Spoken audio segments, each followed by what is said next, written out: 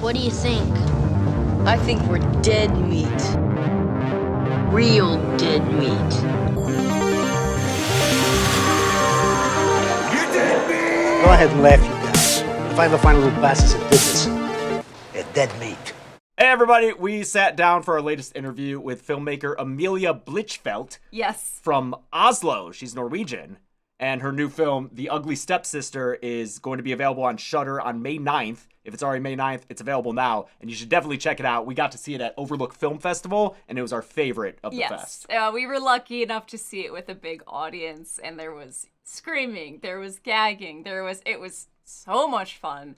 I'm obsessed with this. If you listen to our podcast episode about the Overlook Film Fest, you'll know how into this movie I am. It is so much fun, and it's going to be on streaming, right? It's on Shudder. Shudder May 9th, and it's the Cinderella story told from the perspective of one of the ugly stepsisters. And that might sound like it's another kind of like public domain horror movie. It's not. It's so much more than that. It has a lot to say. It's very funny. It's very gross. And Emilie is one of the best conversationists ever. It was such a good conversation, so enjoy. Thanks for taking the time to talk to us. It's nice to meet you again. We got to meet you at Overlook Film Festival briefly at like the end of the night after like the after party after the bars were closing down. But we saw your film, The Ugly Stepsister, and it was our favorite of the festival. We're not just saying that to you. We've told everyone that it was our favorite. It really resonated with us. And so I'm excited to talk to you about it as it's about to premiere on Shudder on May 9th. So everyone can watch it. Everyone can enjoy it. Yeah, thank you so much for that. Overlook was such a fun festival. You know, it was my first like real horror festival. And for that audience, you know, we won the audience award. So you weren't the only ones digging it. And that was just, you know, that was everything to me, really, really. Especially a lot of people, you know, compare the films to The Substance, you know, which is, I totally see it. I'm not mad at it. You know, it's really trailblazing. But people have this expectancy of it being like body horror through and through, which it's not. You know, it's more on the, it's not as stuffed with body horror as The Substance is. So for the horror audience to kind of say, we love it anyways, it was amazing. Yeah, it screened at Sundance, I believe, right before Overlook, yeah, right? It opened the midnight section in Sundance. I see. Awesome. Did you watch the audience watch it at both screenings? At Overlook, I just eavesdropped at the door the last 20 minutes. Okay. Yeah, it was a pretty rowdy crowd. I feel like we were all really into it. I wonder if you could tell there was a big difference between like a Sundance crowd versus this Overlook crowd. Actually, you know, there's been you know, even screened at Berlinale or at Berlin Film Festival, which actually doesn't do much genre, and they were also kind of loud. So I think it's like you can't stop yourself somehow when you see the movie. Yeah, what I love about this movie is that when I first heard about it and you know, was reading about it, I was like, oh, is this another one of the public domain, like, taking a story like Peter Pan or Winnie the Pooh and, like, putting a horror making spin on it? a little twisted, yeah, you know? Yeah, and I was like, is it going to be that? And then I watched the trailer, and I could tell there was more to it, but the trailer that I saw was the one that was cut to emulate The Substance. I think for marketing purposes, they were like, oh, it's got somewhat similar themes. It's got a little body horror. Let's appeal to the Substance audience. And so I wasn't sure what it would be like going into it. But what I love about it is that it's entirely its own thing. One, it's definitely not a public domain horror film like we've been getting a lot of lately. There's a lot more to it than that. And two, even though it does have, like I said, some of the same themes as The Substance, and there is body horror, it doesn't feel anything like The Substance in terms of tone or style. No. It's almost more folk horror. And reminds me of like 70s horror. There's a lot of like the slow zooms and just the lighting, the very glowy I'm a 70s lighting. Girl. Yeah. we love 70s It horror definitely too. comes across in such a wonderful way. Yeah, we love 70s horror movies. I don't know. It made me think of like The Omen or The Wicker Man, where it's this very, you know, this kind of beautiful naturalistic lighting and. Yeah. Did you have any specific references in mind when it came to style or what you were trying to be like, or did that just kind of work its way in subconsciously? Since it was a fairy tale, I wanted it to really have like this once upon a time feeling. I didn't want it to feel like this 2025 fairy tale-ish thing.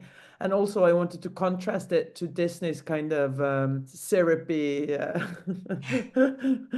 glow up, feeling that you don't believe that world is real. And I really wanted the bodies and the world to feel real, right? So you would believe that this actually happened. And in Norwegian folk or like fairy tale traditions, we often talk about the fairy tale happening like in three mountains and two suns, or whatever, away. So it's like in our world, but we can't really get there because it's like in this secret place, So I wanted to emulate that feeling, but make sure that it didn't smell that much of 2025. So then I kind of sent our tastes and our ideas through the prism or like the lens of the 70s down to the 1800s-ish, where it's kind of based in costumes and some technology. So to really like mash it up so it doesn't feel too period heavy, and also to give it like an old feeling, because I wanted people to really feel that this is not something that's just true of today. It's actually something that women have been doing to themselves for, hundreds, thousands of years. And it's always been true in the story. It's not that the stepsister just now became like a human true character or the truth I found in her. It's actually been there all the time. So that was why I went to the 70s. And then the films that I was really inspired by is like from Eastern Europe. There's one called Beauty and the Beast by Juraj Hertz. It's really, really nice. And then some Valerian Borowczyk, Immoral Tales. I don't know if you know him. It's erotic filmmaker from Poland who did most of his work in France. And then of course, there's a Cinderella version from the Czech Republic called Three Wishes for Cinderella, or Three Hazelnuts for Cinderella, that we see every Christmas in Norway. Oh, cool. I was going to ask if that was the one you mentioned that was like a Christmas tradition. I remember you mentioned it at the Q&A. Yeah, and that's actually the one that kind of sent me to Eastern Europe for that feeling. And it's a really camp time, which the 70s are also so good at, Yes. Yeah. And just also taking things a bit overboard and not being too naturalistic at the same time as it's shot in naturalistic settings and naturalistic light, because they didn't have a lot of money. And I love that kind of uncanniness that also makes. You talked in your Q&A about the character of the ugly stepsister and what she kind of means as an archetype, and the idea that like most women could fit the idea of an ugly stepsister, depending at like what point in history are we, what's the beauty standard, it's also relative. I do think it's so funny. I feel like you'll appreciate this. So you mentioned the Disney Cinderella. I love, like, we both love Disney movies too. We're Disney adults, right? And I've done a lot of cosplay. I've dressed as Disney princesses and gone to like the Disney conventions. But the costume that when I put it on, I've never been hit on by men ever like this in my life, was a friend and I dressed as the stepsisters. It was crazy. Oh my God.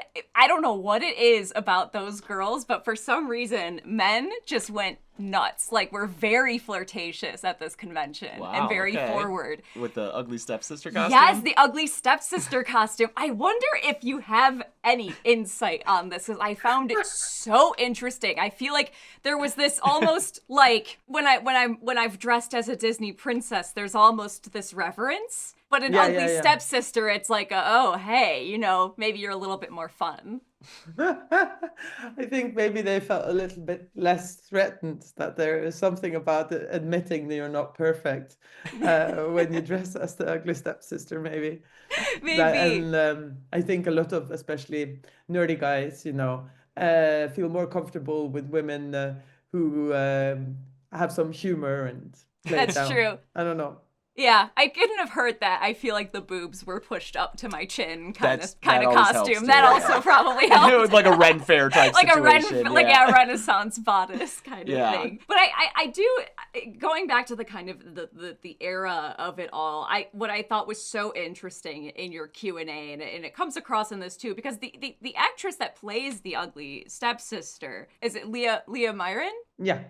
she is beautiful, in my opinion. And I think that's what makes it all the more tragic as you're watching this poor girl torture herself, and you just want to grab her and shake her and be like, no, but you're so, you're perfect already. Like, you're so beautiful. And I think that's what makes this so effective, is it's just the relativity of like, what time and place are you born? That kind of dictates if you're considered beautiful or not. Yeah, I also think, that of course, but the beauty standard or the beauty ideal has been relatively the same, although the last 100 years, it's really sped up.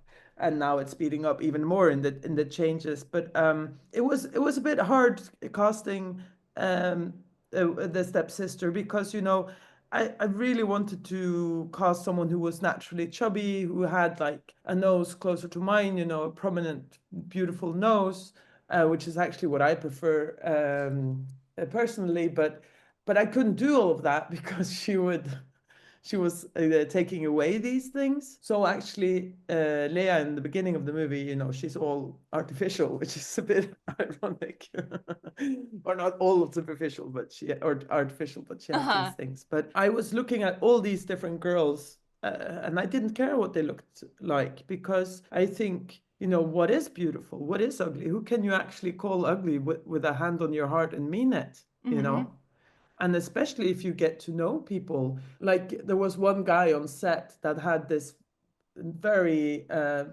prominent, beautiful nose. What do you call it when it's like like an aquiline, aquiline, yeah. But then he had like this wart or something on the side of his nose that made it droop on one side. And I couldn't stop looking at him.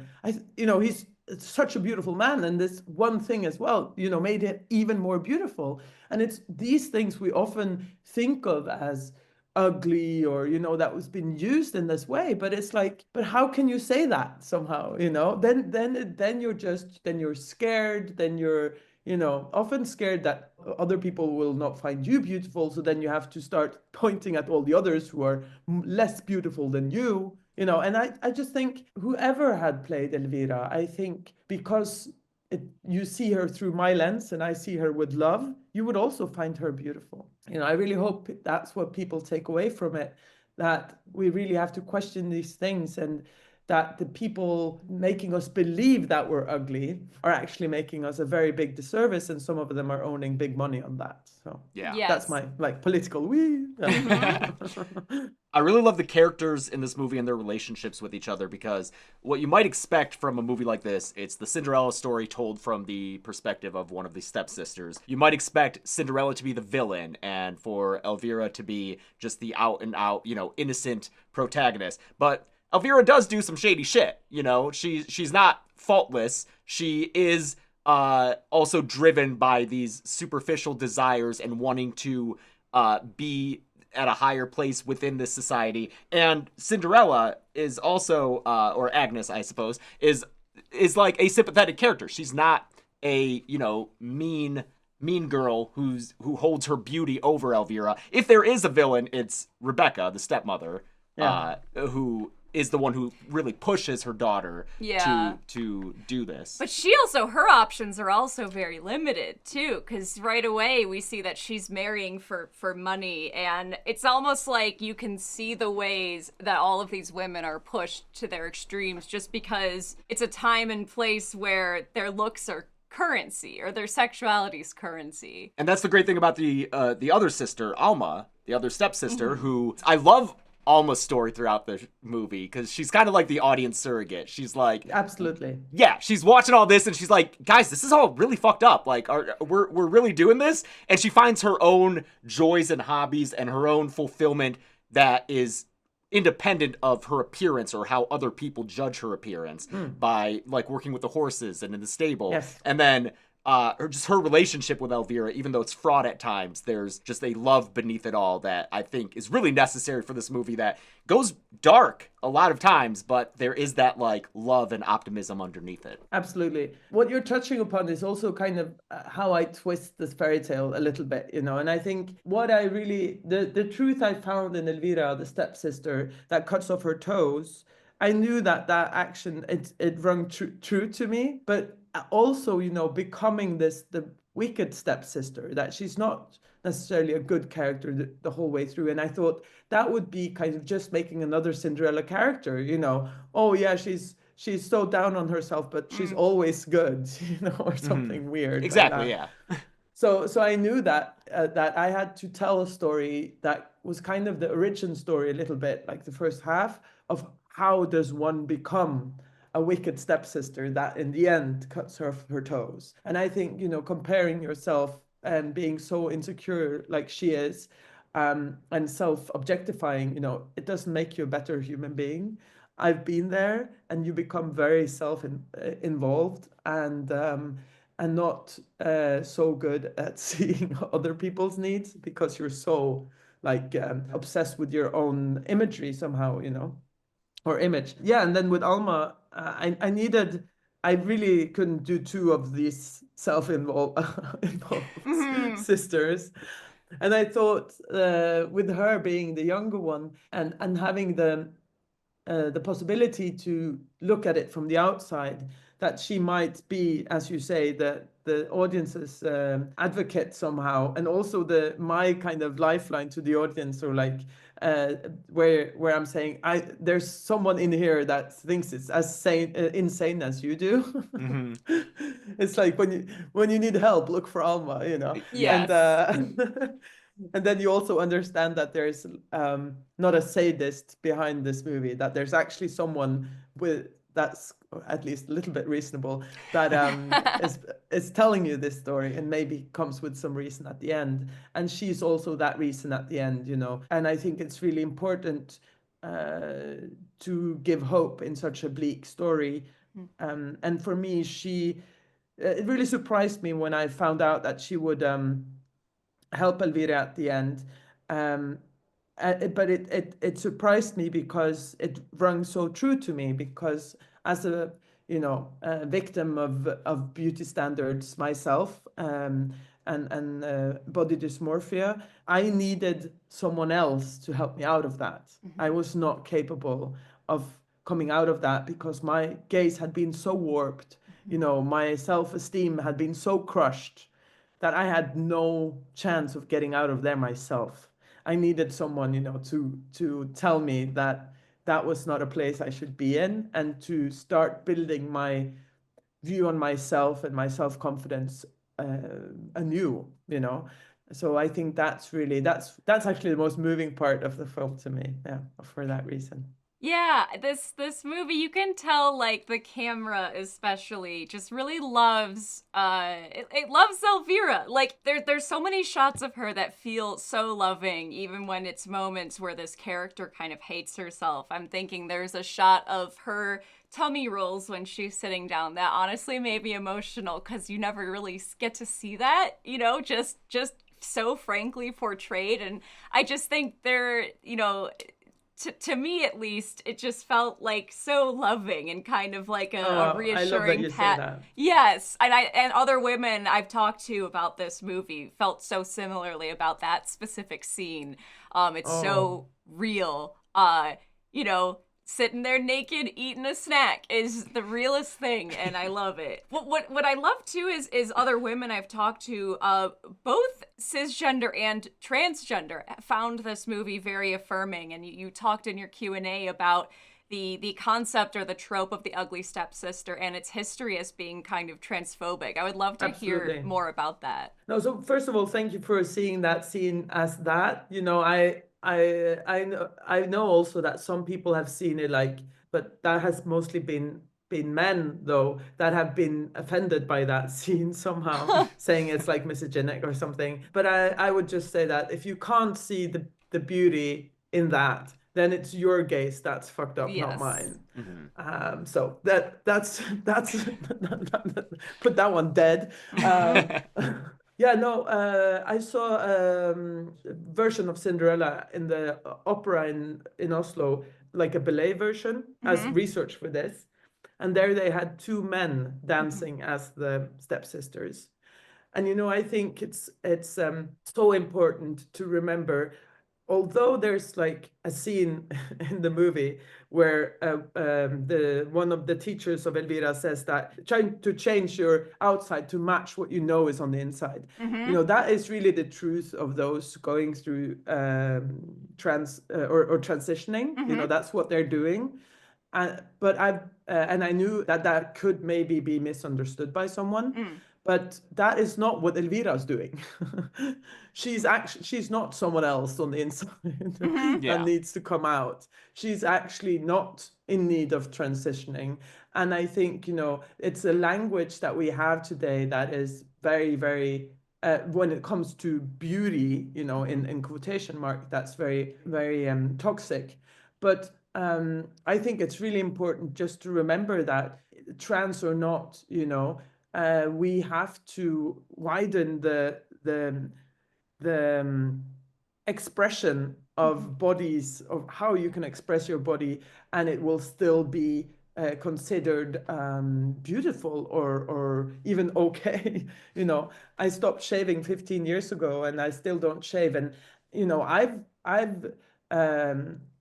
not trans, and I don't identify it, but I've felt some of that hate on my body because I've had a non-gender conforming body or whatever. I don't know if you can call it that even, but you know, like, and it's so weird to say that because it is, it's normal for women to have hair on their body. It is your body. It is not. Yeah. But so I think, you know, it's so important that feminism is always, you know, what do you call it? All inclusive. No. Yes. Yeah. I don't remember the fancy Yeah. Intersectional. Yes, thank you. Not all inclusive, like free pina colada. Complimentary. Yeah, I was gonna say there's a buffet. It's Thank you. You know, we're talking about all this movie's themes and just like how powerful it is, but I do want to also stress for anyone who hasn't seen it yet how just fun it is to watch. It is really funny. Like, there are so many laugh aloud moments, especially if you're seeing it with a crowd or a group, to just laugh at some of the character reactions and the absurdity of what's happening. Also, just, the body horror that we've been talking a little bit about. And like you said, it's not all at once in the beginning. It's more of an insidious body horror that creeps its way throughout the film. And we've mentioned the cutting off the toes to fit the shoe thing. That's like a well-known part of the original Grimm version of the tale. But what's great is that that's not the climax of the grossness in this movie. That is not what makes the audience scream and squirm as they're watching it. There's more to be had after that just like is some of the grossest shit I've ever seen. I love it. Thank you so much. You know, I think as a filmmaker, I always need to have something to say to what I'm doing, or else I won't do it if it feels empty or whatever. But I think, you know, I would never go and see an important movie, or not never, but you know, then it has to be really important. I want to go see a fun movie. I want to go see a movie that does something with its form or with its genre or with its you know, looks or cinematography or whatever that gives me a great time, you know, as cinema. And then if that then again carries a message or something, that's like, I think that's peak cinema. Yeah. And that's what what I was aiming for. So I've always said, you know, I want to make a great film first. That's fun and gross, and then if someone gets what it's about after, I'm very happy. And that's what genre allows you to do too, which is so great, because you know, if you try to make a very important film, like you said, that's just like a straight drama, you don't get to have as much fun with it. No, it's much harder. Yeah. And it's great. In Norway, actually, the biggest audience for the movie in cinemas has been teenage girls and girls in their early 20s. And I love that, you know. And I think I was a bit unsure if the body horror was going to be too gross for them, but I had this idea that I would lure them in with this like dreamy, pink, and costumes and fairy tale thing, and then just like twist it darker and darker and darker. Yeah. And I think they fell for it. Yeah. Also, I think people forget or don't realize that teenage girls are gross. Like, Yes, they're teenagers, exactly. Like, we grew up, we lived it. You're learning how to take care of your body. There's weird smells. You're dealing with your period. It's like, Yes. it's I don't know. I just think, teenage girls in cinema traditionally get kind of like washed over as being very virginal or Yeah, that's very true. I haven't thought of that. That's so true. But girls are gross. I made it for Emilie 16, and I think she was kind of gross. But, thank you for saying all of this. It makes me feel so less, gross, alone in the grossness or something. It's great. I have to, if you've never seen it, there's a show called Pen 15. It's about two teenage girls. They're played by like adults, women, yeah. But it's based on like their friendship as middle school aged girls, and the entire series is so gross and they're so gross and it's weird. the most realistic, like true to my experience thing I've ever seen, and this is such a great kind of addition to that canon. I think we'd all be well served to remember like teenage girls are humans and they're gross little growing and to top humans. on the grossness, I think teenage girls are also really angry. Yes. And a bit emo. Yes.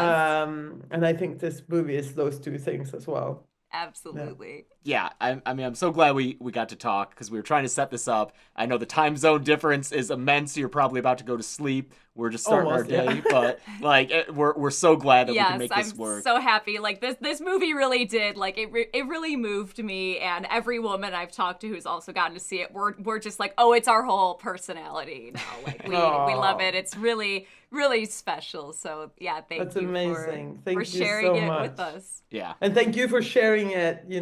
Further. And I really hope that I'm really interested to see if like people are having as good of a time with it on the streaming services as in theaters. Mm-hmm. Yeah, because it's such a fun time in the theater. Yeah, the screaming and hearing everyone like react to what's happening. Yeah. And on Letterboxd, it's all about the woman next to me gagged twice, or it's all that. Oh, before we let you go, I did have one more question, because this is at least listed as your directorial debut. Is that right? Your first feature film? It is. Yeah. Okay, but you have to have a background in like music videos or shorts or something. Like, what'd you do before this? I have a little secret. Okay. And that is, I made one short when I was 18. Okay. I made one short when I was finished one film school, and then I made one short when I finished my second film school, and then it took 8 years, and now I made my first feature. Wow. Okay. Wow. It's insanely impressive. But don't tell anyone, because then they won't give me the money. She's a fraud. I'm a fraud. I shouldn't have been, able to do this. They're gonna take the money back. It's incredible that this is like your first feature-length work. It's so impressive, and we can't wait to see what you do next. Yeah. I'm also over the moon that I was able to pull that off, because I did not have the track record. I just had mounds of hope and belief and hard work.